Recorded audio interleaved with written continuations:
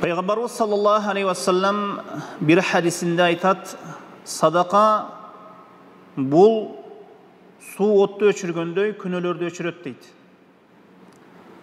Мына ошол хадиске ылайык алымдар айтышат, кайсы бир инсан күнөө кыла турган болсо, анын артынан садака берсин дейт. Ошол берген садакасы ошол кылган күнөөсүнүн кечирилүүсүнө себеп болот.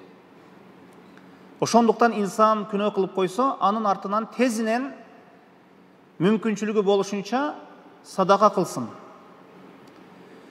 Эгер инсандын күнөөсүн ошол точкалап отуруп, инсандын жүрөгүн күнөө точкалап отуруп, көбөйүп отуруп, ороп кала турган болсо, инсан көптөгөн таат ибадаттардан жана көптөгөн жакшылыктардан, сооп иштерден жүз буруп коюусу мүмкүн. Мына ошондуктан инсан күнөө кылгандан кийин тезинен садака бере турган болсо, ошол садака берген садакасы күнөөсүн өчүрүлүүсүнө себеп болуп, жүрөгү жумшап, жана ошондой эле көптөгөн жакшылыктарга, таат ибадаттарга жетип алуусуна себепчи болот экен. Берген садакасы. Аллаху а'лам.